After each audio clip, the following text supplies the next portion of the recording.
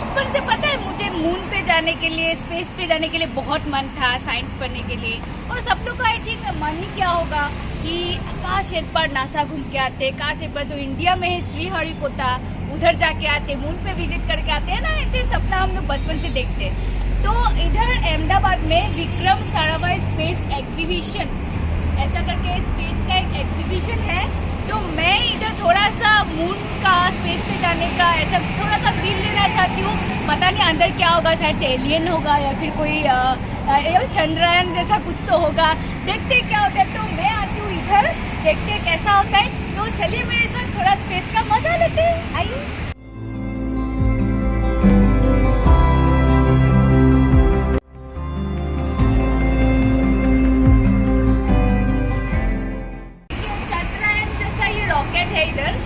Actually मुझे पता नहीं थी मैं इधर वीडियो करने देगा बट ये चंद्रयान जैसा रॉकेट थोड़ा तो मिल गया मुझे, स्पेस जैसा feel.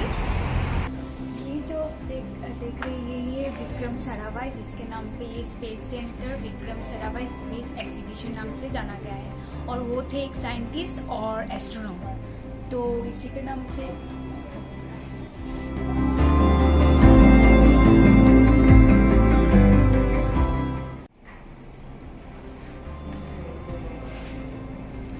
Varieties type of rocket है जो ऐसा ही बनाया था और ऐसा ही सिंबल से यहाँ पे सजा के रखा है।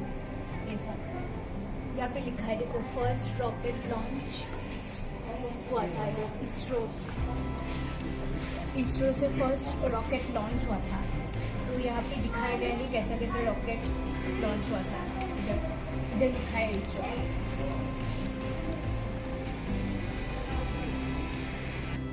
ये जो है ये है सैटेलाइट।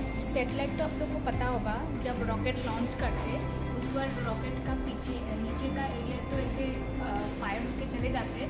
उसके बाद जब ऊपर चले जाते हैं तो ये वाला जो पार्ट है ये खुल के ओनली सैटेलाइट ही स्पेस के अंदर, स्पेस के अराउंड घूमते रहते हैं। तो ये है सैटेलाइट। तो ऐसे खुल के ये सैटेलाइट ही घूम के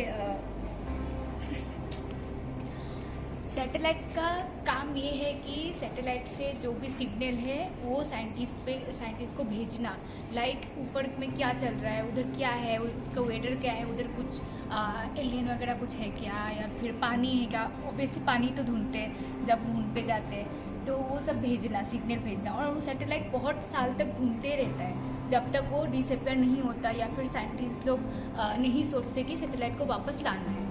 तो ये होते हैं सैटेलाइट। तो सैटेलाइट कैसे घूमते हैं वो मैं आपको दिखाती हूँ। ये अर्थ के यहाँ पे जो है ये अर्थ के अराउंड घूम रहे हैं। तो ये अर्थ के अराउंड भी हो सकता है, मून के अराउंड भी हो सकता है, मार्स के अराउंड भी हो सकता है। तो ये जो घूम रहे हैं जो ब्लू कलर का, ये है सैटेलाइट। और ये बहुत सालों तक घूमता रहता है। हेलो गाइस, तो सैटेलाइट कैसे लॉन्च करते हैं चलिए आप लोगों को मैं दिखाती हूँ। यहाँ पे कंप्यूटर है, आई थिंक इधर एंटर में दबाओ तो क्या होता है देखते हैं।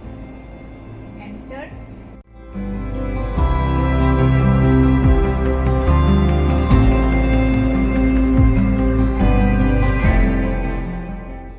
ये जो सैटेलाइट का जो कवर है वो अभी बंद हो रहा है, मतलब ये ओपनिंग से दिखाएगा कि सैटेलाइट कैसे खुलते हैं। तो ये बंद हो गया।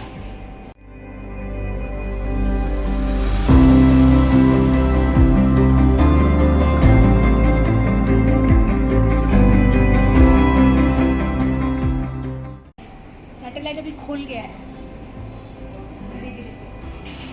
नीचे का पार्ट जब चल जाते हैं तो उसके बाद सैटेलाइट को कवर ही बचता है, तो वो अभी खुल गया है। तो अभी वो ऊपर तक जाएगा।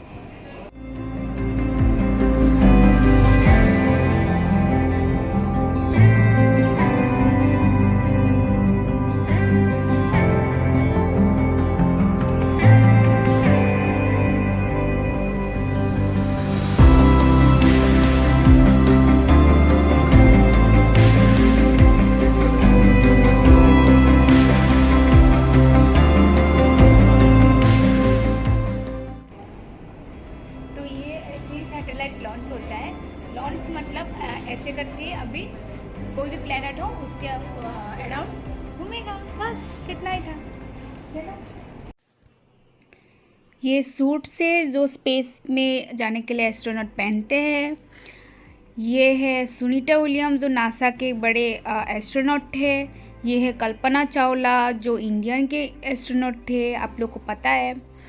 और ये जो है ये राकेश शर्मा जी जो फर्स्ट इंडियन थे जो स्पेस में गए थे। और ये वेराइटीज टाइप ऑफ सूट्स इधर है। अभी हम लोग ऑडिटोरियम में जा रहे हैं। इधर का जो मेन सर है उसने बोला है कि ऑडिटोरियम में कुछ 3D थिएटर दिखाएंगे, तो देखते हैं क्या दिखाते हैं।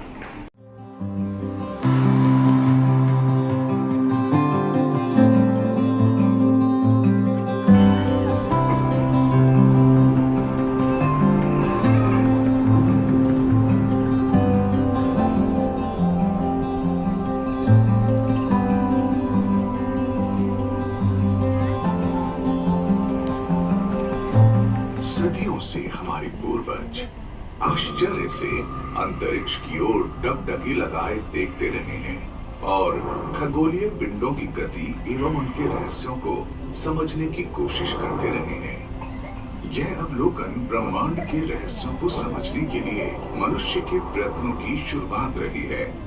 हजारों वर्षों से विश्व के कई सुप्रसिद्ध खगोल विज्ञानी जैसे Ptolemy, Copernicus, Galileo, Kepler, Hubble एवं कई अन्य ने ब्रह्मांड के रहस्यों को समझने में हमारी बहुत मदद की है।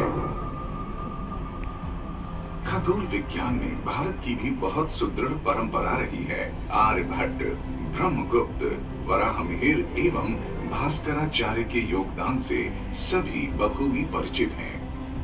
18वीं सदी के मध्य में सन 1728 में सवाई जयसिंह द्वितीय ने भारत के अलग अलग 5 शहरों दिल्ली, जयपुर, उज्जैन, मथुरा एवं वाराणसी में वेधशालाओं का निर्माण किया। 4 अक्टूबर 1957 में सबसे पहले पृथ्वी की कक्षा में चक्कर लगाने वाले कृत्रिम उपग्रह स्पुतनिक 1 का सोवियत यूनियन ने प्रक्षेपण किया।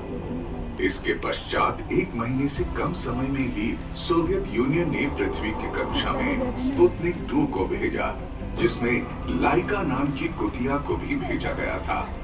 अमेरिकी सेना ने 31 जनवरी 1958 को एक्सप्लोरर 1 नामक उपग्रह का प्रक्षेपण किया।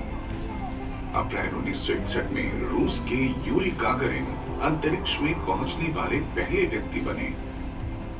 सन 1969 में नील आर्मस्ट्रॉन्ग द्वारा चंद्रमा पर लिया गया एक छोटा सा कदम मानव भविष्य के लिए एक विशाल कदम साबित हुआ। इसके साथ ही फाइनल फ्रंटियर में कदम रखने और उसके अध्ययन के लिए प्रयास शुरू हुए और रफ्तार भी पकड़ी। एक तरफ जहां महाशक्तियां सैनिक गतिविधियों के लिए अंतरिक्ष के उपयोग की योजना बना रही थी, वहीं 60वें दशक की शुरुआत में डॉक्टर विक्रम साराभाई ने भारतीय अंतरिक्ष कार्यक्रम की रूपरेखा बनाई, जिसका मुख्य उद्देश्य एक सामान्य आदमी के लाभ के लिए अंतरिक्ष तकनीक का उपयोग करना था। सन 1997 में PSLV के कार्यान्वयन से अंतरिक्ष में पर्याप्त आकार के पेलोड को प्रक्षेपित करने की हमने क्षमता हासिल की। इसके साथ ही हमारा देश इन सब क्षमताओं के साथ अंतरिक्ष में खोज अभियान के लिए विकसित देशों की श्रेणी में आ गया। अक्टूबर 2008 में PSLV द्वारा प्रक्षेपित चंद्रयान 1 भारत का चंद्रमा पर पहला अंतरिक्ष अन्वेषण अभियान था। इस अभियान का मुख्य उद्देश्य चंद्रमा के हमारी तरफ एवं पीछे वाले भाग के त्रिआयामी एटलस बनाना एवं चंद्रमा की सतह पर खनिज और रासायनिक पदार्थों की उपस्थिति का पता लगाना था। चंद्रमा पर पानी के कणों की खोज चंद्रयान 1 अभियान की सबसे बड़ी उपलब्धियों में से एक है। 5 नवंबर 2013 एक ऐसा ऐतिहासिक दिन था जब भारत के मार्स ऑर्बिटर मिशन ने, जिसे मॉम एवं मंगलयान भी कहा जाता है, मंगल ग्रह की ओर अपनी लंबी यात्रा आरंभ की। न्यूनतम ऊर्जा के उपयोग एवं कई रोमांचक अंतरण के बाद मंगलयान ने सूर्य के गुरुत्वाकर्षण प्रभाव में 667 मिलियन किलोमीटर के घुमावदार पथ पर यात्रा की और 9 महीने बाद मंगल की कक्षा में प्रवेश किया। 24 सितंबर 2014 को टीम इसरो ने मॉम को सफलतापूर्वक मंगल की कक्षा में स्थापित किया। इसके साथ भारत प्रथम प्रयास में सफलतापूर्वक मंगल पर पहुंचने वाला विश्व का पहला देश बना। इस सफलता ने देश को एक नई ऊंचाई पर पहुंचाया एवं हमें वैज्ञानिक रूप से अति विकसित देश के रूप में प्रतिस्थापित किया। पृथ्वी से ब्रह्मांड का अवलोकन करने से खगोल शास्त्रियों को बहुत जानकारी मिलती है, परंतु वायुमंडलीय प्रदूषण एवं बादल आदि के कारण इनकी गुणवत्ता कम हो जाती है। सन 2015 में भारत ने एस्ट्रोसैट नामक अंतरिक्ष वेधशाला का प्रक्षेपण किया। ये पृथ्वी की कक्षा में परिक्रमा करने वाली वेधशाला है, जिसके पेलोड ब्रह्मांड के अवलोकन के साथ साथ इलेक्ट्रोमैग्नेटिक स्पेक्ट्रम के दिखने वाले अल्ट्रावायलेट एवं एक्सरे क्षेत्रों के निरीक्षण में भी सक्षम है। शीघ्र ही भारतीय अंतरिक्ष यात्री हमारे स्वयं के human space flight mission Gaganyaan द्वारा अंतरिक्ष में प्रवेश करेंगे। इसमें क्रू मॉड्यूल होगा, जिसमें 3 भारतीय व्योमनॉट को 400 किलोमीटर की ऊंचाई पर अंतरिक्ष में भेजा जाएगा। SDSC शार से GSLV मार्क 3 रॉकेट एक धरती की परिक्रमा करने वाले यान को अंतरिक्ष में स्थापित करेगा। सन 2014 में प्रक्षेपित किए गए केयर अभियान में एक क्रू मॉड्यूल को अंतरिक्ष में भेजा गया था। बाद में उसे वातावरण में पुनः प्रवेश करवाया गया।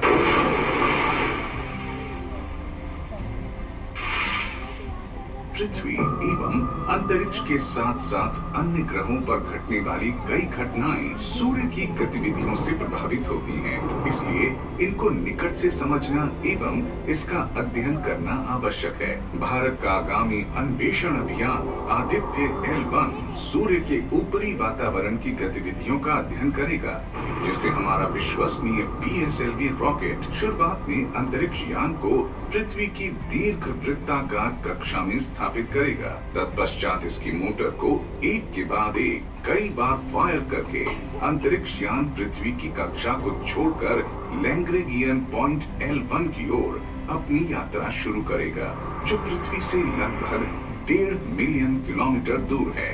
ये वो स्थान है जहां सूर्य एवं पृथ्वी का संयुक्त गुरुत्वाकर्षण बल अंतरिक्ष यान को अपने चारों ओर कक्षा में चक्कर लगाने में सक्षम करता है। यहाँ से यान सूर्य का अवलोकन करेगा। अंतरिक्ष अन्वेषण के बारे में कई बार प्रश्न उठाए जाते हैं।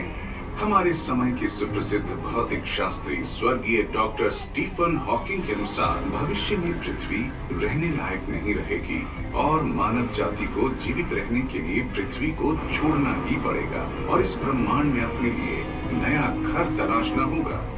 हमारे पास समय बहुत कम है और अगर हमने अपने पास क्षमता होने के बावजूद इस ओर कदम नहीं बढ़ाया तो भविष्य में आने वाली पीढ़ियां हमें कभी माफ नहीं करेंगी। अतः अंतरिक्ष अन्वेषण हमारी पसंद नापसंद की बात नहीं है, बल्कि मानव जाति के लिए एक अनिवार्यता है। शो देख के हो गया, बहुत कुछ इन्फॉर्मेशन मिला कि कैसे पहले इंडिया का रॉकेट लॉन्च हुआ था मून पे जाने के लिए, पृथ्वी पे जाने के लिए, सन पे जाने के लिए। तो बहुत अच्छा लगा। इसके बारे में थोड़ा और बताऊंगी मैं बाद में। तो अभी चाहते हैं, अभी हो गया, घर पे जाके मिलते और डिस्कशन करते। तो इधर से अभी मैं जाती हूँ। बहुत अच्छा लगा स्पेस का ये फील लेके। तो bye guys, thank you so much. Oh god, बहुत आवाज हो रहा है, इसलिए वीडियो इधर एंड करते हुए कुछ भी सुना नहीं दे रहा है मुझे। आप लोगों को भी सुनाई नहीं देगा चीजें। तो हाँ, thank you so much for watching and stay tuned for next video. Bye guys, bye.